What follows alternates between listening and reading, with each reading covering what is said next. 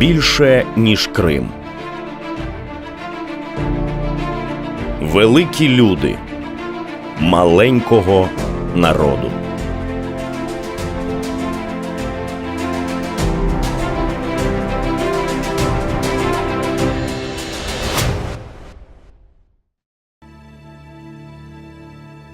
Айше Саїтмуратову без перебільшення можна назвати символом новітньої історії кримських татар. В цьому році їй виповнився 81 рік. Ветеранка, історикиня, журналістка. Єдина жінка, яка брала участь у кримсько-татарському русі і двічі була засуджена за це радянською владою. А ще її зусиллям створено єдиний пансіонат для одиноких кримських татар похилого віку.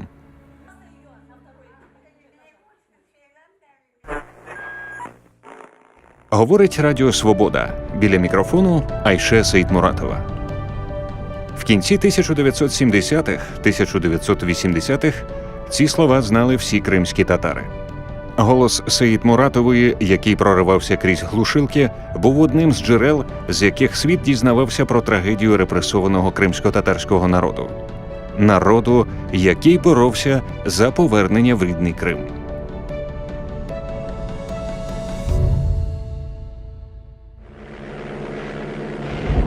Айше було 4 роки, коли почалася війна. Батька призвали на фронт 1 жовтня 1941 року. Додому він більше не повернувся, пропав безвісти. Ніч 18 травня 1944-го запам'яталася Айше назавжди. В 3 або 4 години нас будить мама, вся в сльозах. У будинку солдати, які прийшли нас веселяти. Офіцер, побачивши матір і 7 дітей, запитав: «Де ваш чоловік?» Мама відповідає: «Це я вас повинна запитати, де мій чоловік? Він пішов воювати, але його немає, а ви прийшли».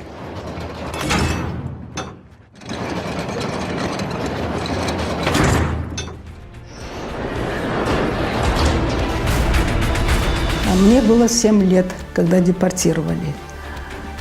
И, естественно, все ужасы депортации, голод и холод, нужду, оскорбление, унижение я в детстве выдержала. Это все отпечатывалось в нашей памяти, в наших сердцах.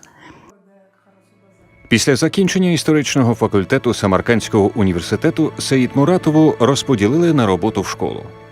У 1965 році вона відправилася в Москву вступати до аспірантури Інституту історії. Успішно склала іспити, проте в аспірантуру її не прийняли, запропонувавши з цими оцінками вступити до Інституту історії Академії наук Узбецької РСР.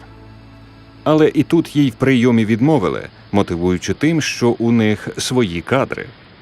Айше повернулася в Самарканд, влаштувалася на роботу викладачем історії. Каждый год ездила 3 года подряд в Институт истории Академии наук СССР, Институт истории. И последний раз мне замдиректора Штрахов вызвал и говорит: как бы вы хорошо не сдали, мы вас не примем. Я говорю: почему? Он молчит. Я 3 раза повторила свой вопрос. И потом я поняла, что ответа не будет. Я говорю: хорошо, говорю. Теперь я поняла вас, говорю. Вы не хотите меня в историю пускать, советскую. Я говорю, буду сейчас вместе со своим народом бороться за возвращение на родину и восстановление нашей республики. И вы потом, таких как я, которые захотят учиться, тысячами будете готовить для моей республики. Я хлопнула двери и ушла, и иду, и плачу. Вот так я пришла к убеждению, что нас, крымских татар, никогда не пустят в историю. И таким образом я включилась в национальное движение, просто уже полностью, день и ночь занималась этой проблемой, проводила собрания и все другое, третье. И в 1966 году прибыли из Москвы, арестовали КГБ СССР, увезли в Москву и в Лефортово. Суд был в мае 19 мая 1967 года, секретный и закрытый. Вот я на суде прямо сказала: мой отец вчера защищал советскую власть. Оказывается, свою семью, свою родину, своих детей не защищал. Скажите, пожалуйста, не дай Бог завтра начнется война. Вы подумали, пойду ли я защищать вас и вашу власть, прокурору говорю. А если пойду, то моих детей куда отправите? Не перестреляете ли вы их? И буду ли я защищать вас и вашу власть? 50 лет вы строите коммунизм на человеческих костях. Кому нужен коммунизм на человеческих костях? И построите ли ви?